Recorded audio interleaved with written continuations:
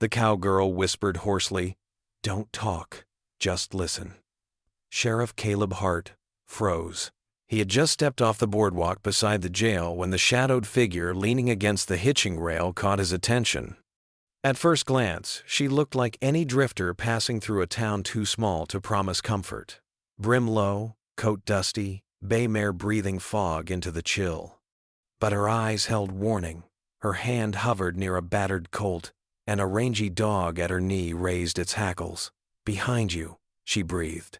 Caleb watched the window's reflection instead of turning. In the alley, something shifted, waiting. Rain, thin as thread, stitched dusk to the roofs. The dog's growl rose, a wire pulled taut. Caleb let his palms slide to the strap of his holster, kept his shoulders loose, heartbeat quiet.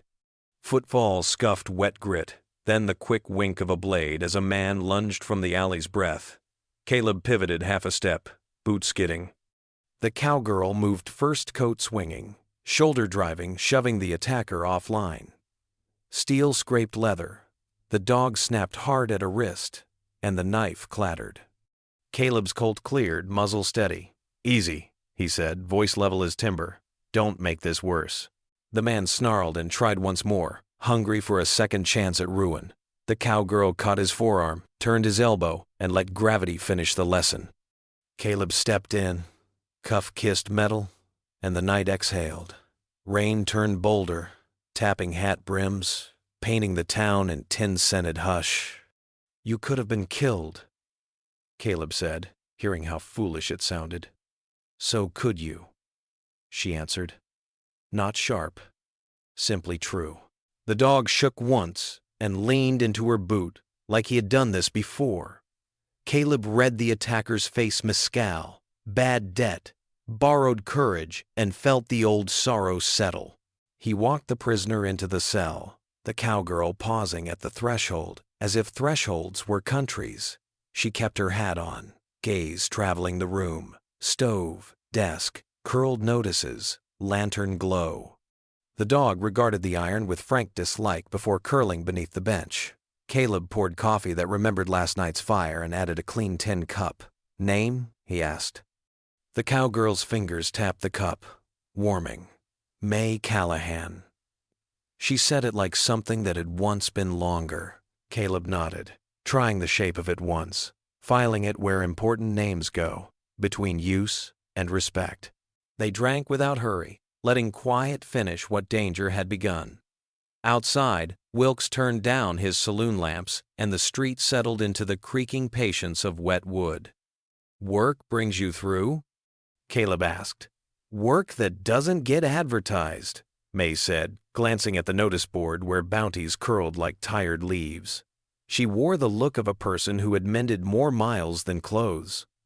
The dog watched his eyes, then hers, deciding the room was safe.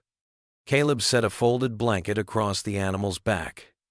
May's mouth tipped, almost a smile. "He'll keep it," she said. "He pays debts." "Where are you sleeping?"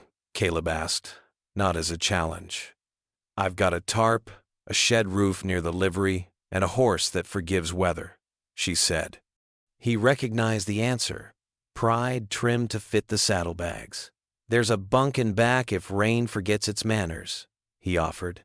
She weighed that, then shook her head. "I move easier," she said, "and men gossip when a roof means company."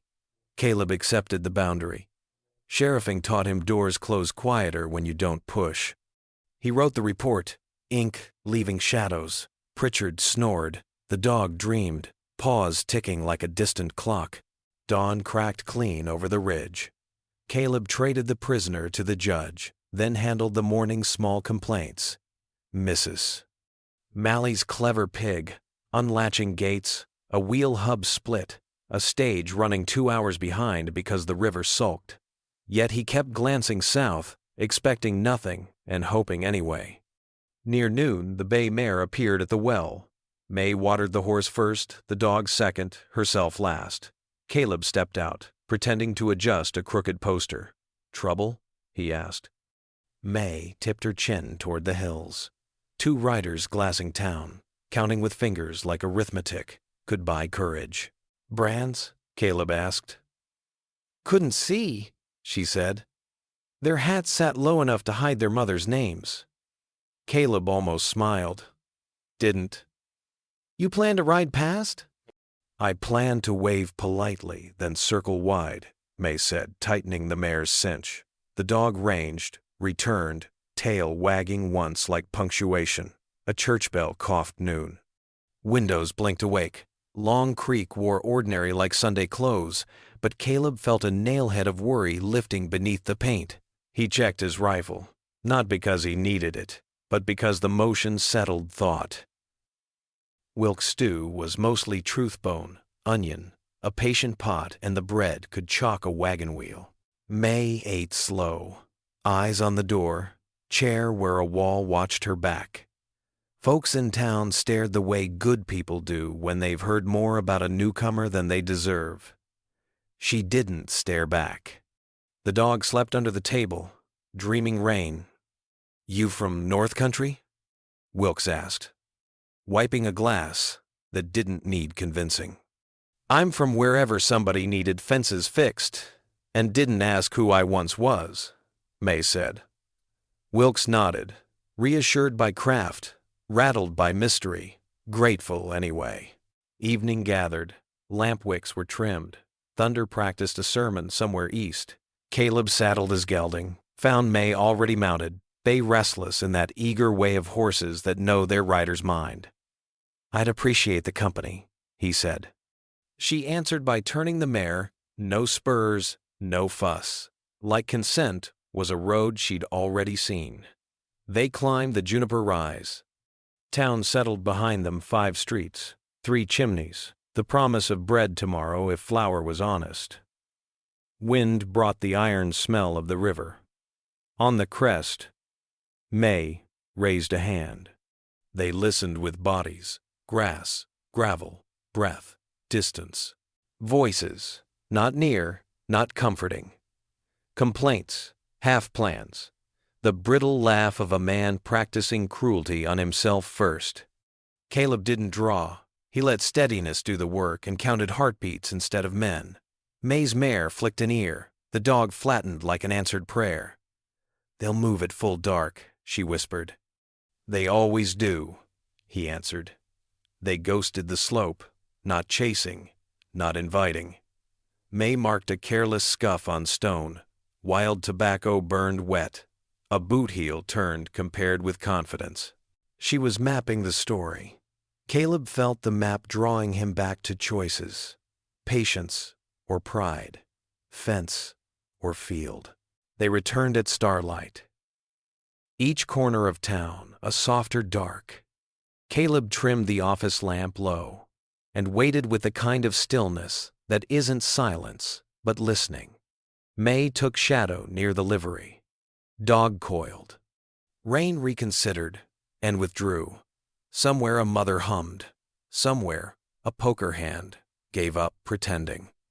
When the men came, they came with that particular swagger. Defeat loves like boys trying on their father's wrong-sized jackets. One split toward the bank, the other drifted toward the jail star. Caleb lifted 2 fingers. May answered with 1. They didn't need more than the grammar danger teaches. She moved first, not fast, true. Shadow changed shape and said no. Her colt murmured a suggestion that became law without clotting the night with sound. The bankman froze, discovering arithmetic had lied. Caleb stepped out of the doorway, all patience and edges. Evening, he said, as if greeting was a tool. The second man reached for his nerve, didn't find it, found iron bracelets instead. No heroics, only competence, the beautiful boredom of things not ruined. After, the street inhaled. Lanterns argued less with glass. The dog leaned against May's boot. Caleb holstered, the motion slow, like closing a hymn. Long Creek owes you, he said. May shook her head. I take payment in coffee, clean water, and the kind of memory that keeps a gate closed, she said. Oaths spoil easy. Caleb understood. He'd seen promises sour in August heat and freeze to shatter in January. You ride alone by choice or trouble? He asked. Both, she said. Choice made the first mile. Trouble kept the second from ending. He heard a scar under that. Didn't pick at it. The town settled deeper. Somewhere, a baby slept through thunder. Somewhere, a man forgot to drink himself mean. Mercy for one night. Morning brought blue that had washed overnight. May was already in the street, lashing a bedroll that looked like it had survived better roofs than most homes. The dog studied shadows, satisfied. You heading out? Caleb asked, trying to sound like a man who liked routine. I promised my horse grass north of the ridge, she said. Promises to animals count double. He wanted to tell her the ridge had eyes again. He wanted to ask whether any part of her was tired of moving. Instead, trail biscuits at Jensen's, best of the worst. She smiled, quick and small, high praise. At Jensen's, sacks of flour stood like obedient soldiers. Jensen himself weighed nails like salvation, exact. He studied May the way old men study weather. Hopeful, resigned, awed. You ride clean, he said, which in that county meant honest. May bought coffee, salt, and one blue ribbon for the dog's collar. Name? Jensen asked, meaning the animal. Dust, she said. He was born hungry for it. Dust endured the ribbon like a medal. Outside, a boy on crutches asked to touch the mare. May knelt to the boy's height and taught him where a horse prefers friendship. Some gratitude doesn't speak aloud. Word of the night's quiet victory drifted like wood smoke. Wilkes poured coffee stronger. The judge found his pen kinder. Caleb met May on the church steps, pretending to study the notice board.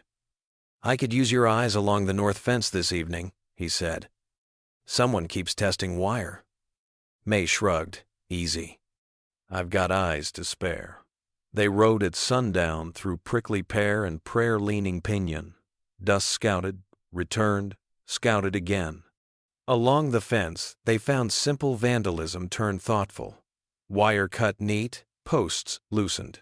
Practice, May said. Someone learning to steal without blushing. Caleb felt the town's future lean. Back at the office, he unfolded an old county map. May leaned over, brim shadowing the paper, fingertip tracing gullies, arroyos, and the place a thief would choose if he respected both horses and ambition. Dust yawned, thumped his tail like a drum counting seconds. You trust many? Caleb asked, eyes still on the map. Horses, some dogs, a few women, and men who keep coffee hot, May said. What about sheriffs? Same as men, she said, not unkind. He laughed once, surprised by his own voice. The lamp made a small, brave circle around them. Outside, rain finally kept its promise. Night's second chapter began with thunder smoothing the edges off plans. The pair on the ridge tried again, sloppy for stealth, but stubborn for intent. May and Caleb moved like a sentence, with two subjects and one verb. Hold. This time there were words, short ones shaped by weather. Left, May breathed. Fence, Caleb answered. Dust slid ahead. The ribbons blue, impossible to see. Courage, unavoidable to feel. In the wet, footprints told on their owners. A dropped match added its confession. They closed the distance, not rushing the ending. The arrest was nearly polite. Some failures teach, others only stop. After, they stood under the eaves, rain talking soft. Caleb wanted to say stay, didn't. May wanted to say tired, didn't. Long Creek hummed the low song of a town, forgiven one more evening. Don't talk, just listen. Had started it, and now listening felt like a kind of law. Coffee at dawn, he said finally. If you pass this way. May tipped her hat, rain streaming off the brim like shed years. Dawn doesn't mind company, she said. Dust sneezed, unimpressed by poetry. Somewhere, bread rose. Somewhere, a child dreamed of blue ribbons. The night, at last, closed kindly. Dawn simmered in the kettle before the sun cleared the ridge. Caleb set a tin cup on the jailhouse step without looking over. May took it like a truce she hadn't asked for, but wouldn't waste. Dust nosed the rim, then sat with soldierly patience. Ridge Riders didn't quit, Caleb said. They changed hats. May watched the street coming awake. Men who fail at stealing try organizing, she answered. That's when they get dangerous. A bell rang once at Jensen's warehouse, a note a little too tight, as if the morning had already agreed to hold its breath. Wilkes hustled over with an envelope he held like a snake. The judge followed wearing worry instead of spectacles. Caleb slit the seal. Block letters leaned forward. By sundown, open the bank, and walk away. 2 wagons, no heroes. R. Ellison. May's gaze snagged on the hook of the signature. Rafe Ellison, she said, as if reading a scar by touch. Rumor had given him Spurs fence tester, stock lifter, showman for fear. He likes crowds, she added. Thinks terror is good bookkeeping. Caleb folded the note once and put it in his pocket like a man preparing to keep a promise. Long Creek filled the church hall with chairs that creaked and courage that didn't. Merchants argued interest rates of survival. Ranch hands measured risk in wire and water. Caleb let the noise thin itself before he stood. We close early, stack decoys, put iron behind the real drawer, he said. May spread a map on the hymn table. Water tower's the spine. Stables are lungs. These alleys are arteries. Guard the spine and lungs. You keep the blood flowing.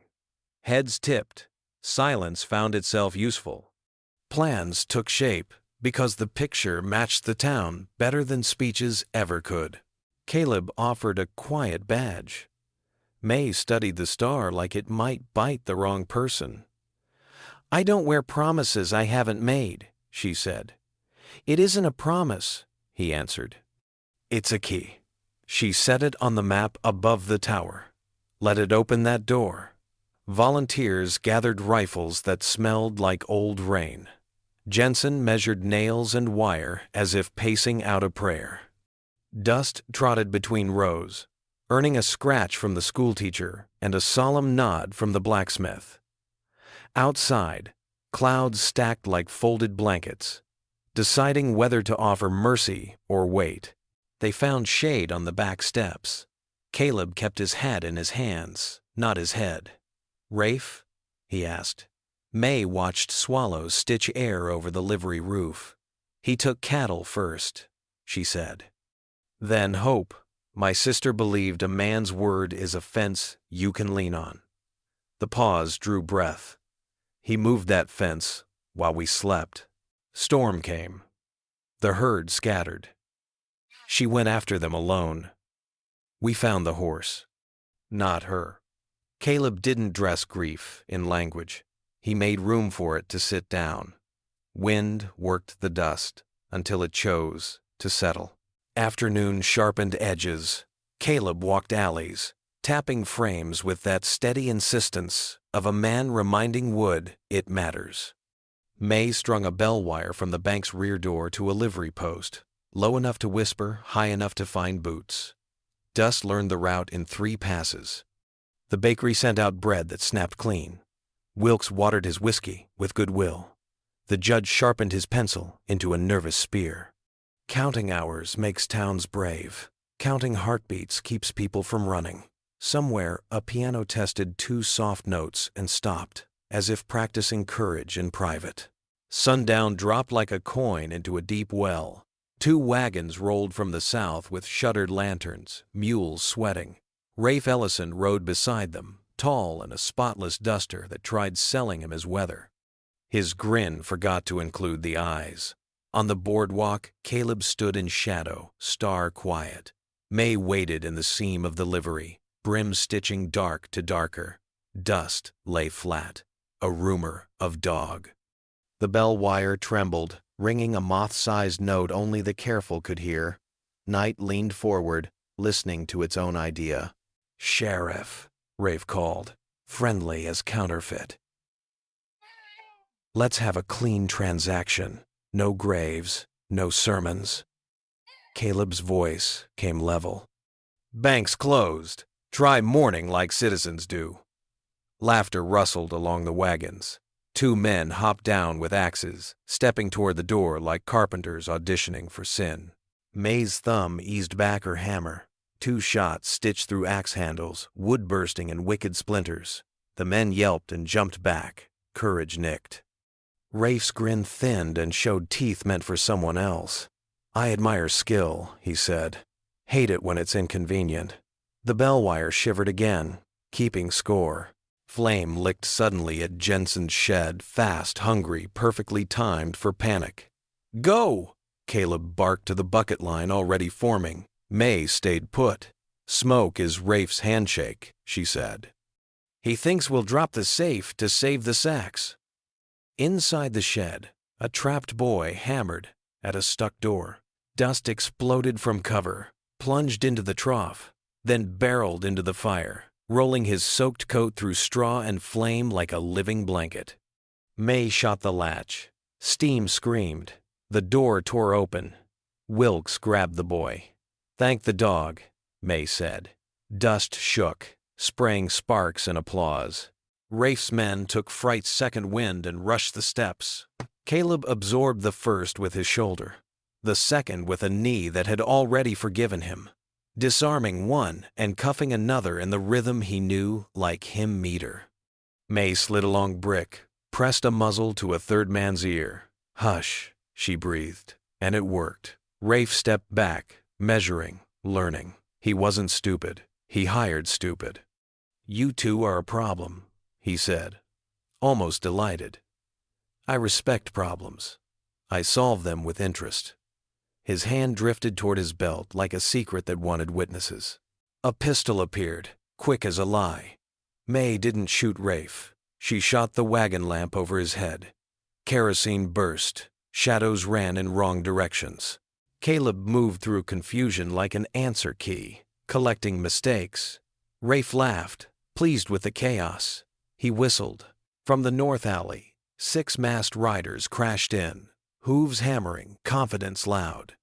The crowd recoiled. The judge's pencil snapped. The bakery door banged shut and then open again, because bread feeds courage.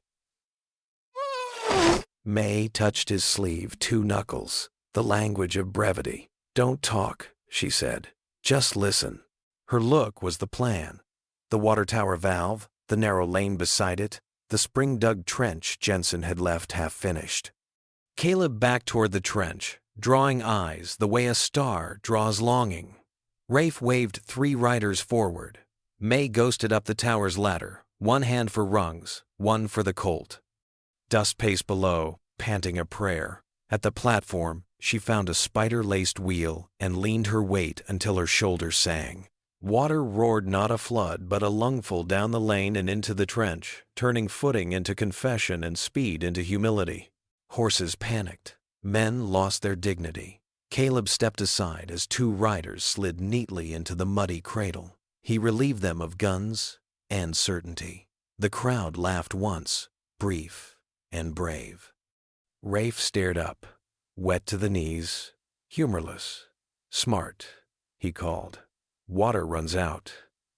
May closed the valve, climbed down as steady as truth. Rafe swung into a tighter circle, reading the seams of fear and finding few. His pistol twitched toward the bakery, where the schoolteacher held a boy behind her skirt. May clipped Rafe's hat brim with a single shot. "Eyes here," she said. "We settle it ourselves." If you not couldn't friend, Rafe loved an audience almost as much as he loved an easy duel. He holstered slow, theatrical. "Name your measure," he said. May slid her gun home too, because pride is not courage, and children shouldn't carry other people's legends in their eyes. "Walk," she said, pointing toward the arroyo that cut the eastern edge. "Ground down there remembers bruises." Caleb tensed to object, and didn't. May's glance carried trust without spending the word. Townsfolk parted, forming a corridor nobody had rehearsed. Dust paced beside May, ribbon dark, tail level, ready to argue with outcome. The arroyo held last winter's anger, carved, deep, rimmed with brush that knew how to disappear. Stars filed in and took notes. May dropped first, boots scraping slate. Rafe followed, amused, confident, as a bookie with inside lines. "You and that sheriff," he said conversationally. "Two wheels on one axle. Break one, the wagon crawls." May stopped where the bank undercut made a pocket of darkness. "I ride alone because graves don't need company," she said. "But I don't fight alone. Not anymore." Up on the rim, silhouettes shifted. Caleb, Wilkes, Jensen, the blacksmith community, becoming geometry. Rafe drew quick and clean. May stepped inside the draw, jammed his wrist to stone so the shot skittered harmless into sky. He swung left. She took it on forearm and answered with her shoulder, trading breath, not glory. Dust launched, teeth bright, wrenching fabric and balance. Caleb's rope hissed down, catching Rafe's elbow. The outlaw wrenched free, knife blooming where lawyers can't argue. He lunged for Caleb's legs at the rim. May pivoted and took the slash along her coat instead of his thigh. Leather screamed, not flesh. "Enough," she said quietly, as if explaining something to the ground. She fired into dirt between Rafe's boots. The edge betrayed him, crumbled shale, sliding pride. Caleb's second loop found the outlaw's chest. The blacksmith hauled rope like a church bell. Rafe hit the wall, cough ripped free of swagger. Shackles clicked plain, final, ungilded. Dust released cloth and sat, panting with the contentment of work finished right. May pressed a palm to her side where the cut had kissed through. Blood welled modestly. On the rim, the schoolteacher and the boys stood small against the stars, learning the shape of a town deciding itself without applause and without retreat.